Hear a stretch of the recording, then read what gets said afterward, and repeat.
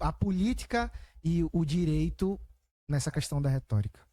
Eu acho interessante, né, esse podcast hoje a gente, como eu disse antes, a gente trocou essa ideia na hora que fomos almoçar eu e João, e vamos. E aí João tocou logo não, a parte retórica começou a explicar essa parte né, de alguns políticos, quando estavam uns atacando, outros sendo atacados, e não sabia se defender naquele momento. Se a pessoa estivesse ali, eu teria feito assim, assim, assim. E aí João disse, tá vendo? Isso aí é argumentação, não sei o que, não sei o que, não sei o que. E aí a gente começou a trocar essa ideia e estamos aqui hoje. Mas vou chegar onde você quer que eu chegue, porém, antes eu tenho que dizer porque a figura do Andrade, ele dá aula de chapéu para trás, ele vai dar aquela dancinha, ele é bailarino, ele é o melhor do mundo, o melhor dançarino, inclusive. É o seguinte, eu comecei a enxergar, assim que eu ia visitar meus anjos, os anjinhos lá no presídio, né, quando eu comecei na advocacia criminal, eu sentia, quando eu estava assim, vestido de paletó e gravata, eu passava uma certa segurança, mas passava uma inibição. Ele se sentia inibido, ficava com vergonha de falar. Assim, dizer, vou dizer esse advogado que... Não, e que às vezes mentiam para mim. Quando eu comecei a chegar no presídio de chapéu para trás, eu tirava, entrava com a camisa mais à vontade, mas assim, estilo eles, naquela posição, eu via que eles saltavam. E aí, quando eu saltava um certo palavrão, tentando entrar no mundo deles, eles falavam mais a verdade, se sentia mais à vontade. E aí eu conseguia realmente fazer o estudo do processo junto com eles. E aí. Isso é retórica. É. Ele fazia intuitivamente.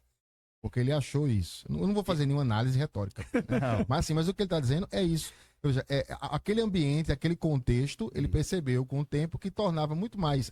Ele queria. O gol dele era outro. Isso. O gol dele era fazer com que o cara achasse ele, vamos dizer assim, crível ou não. Mas era o fato de extrair do cara enfim, o que foi que efetivamente ele fez. Até porque Andrade nunca divulgou para nenhuma pessoa que tenha cometido um crime. Sempre foi um abuso de autoridade, sempre foi alguém que cometeu. A autoridade pública é que sempre tá errada. Mas enfim, então ele queria extrair aquilo do cara. Então, ele vai dessa maneira para deixar o cara mais ambientado. E, consequentemente, o gol dele era extrair aquilo, né? Extrair aquela informação que para ele era importante. Isso é retórica pura, pô.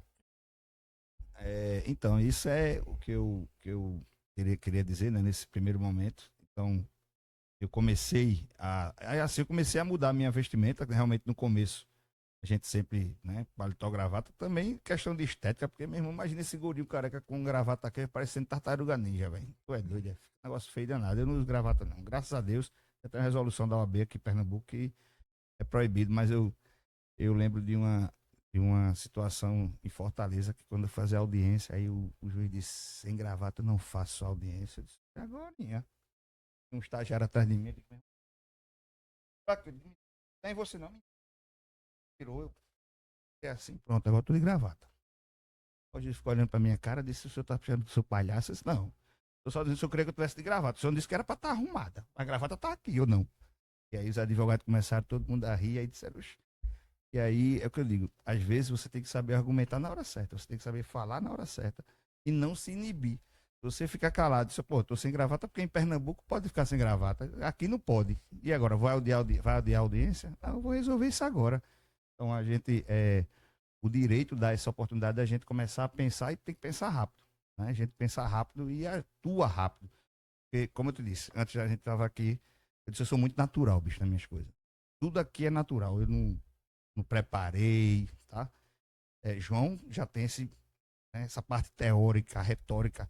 Eu vou ser muito sincero, João, quando estava terminando o doutorado dele, não, a primeira tese de mestrado, eu acho que foram 600 páginas, sei lá. Mas foi, não, as 300 páginas, mas foi página. Sem nenhuma foto, viu? Não, que eu imprimi com ele, eu imprimi. Hoje eu passei, foi noite e noite, a gente imprimindo e caderno nesse negócio. No Mercado da Madalena. Muitas vezes, mas eu digo mais. Madalena imprimi na tese. Sabe o que acontece? Mas sabe o que acontece? Até hoje eu não entendi. E se entendesse, eu digo, entendi, porra, porque eu tava cansado já de entender aquela retórica, que retórica é complicada, meu amigo. E ele falou do silogismo, né? Lembra?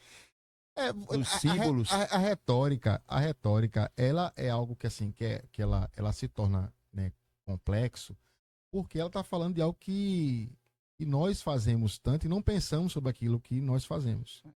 Então, é um nível, na verdade, de você pensar sobre aquilo que você faz, fazer crítica sobre aquilo que você faz e ter a possibilidade de você modificar aquilo que você faz.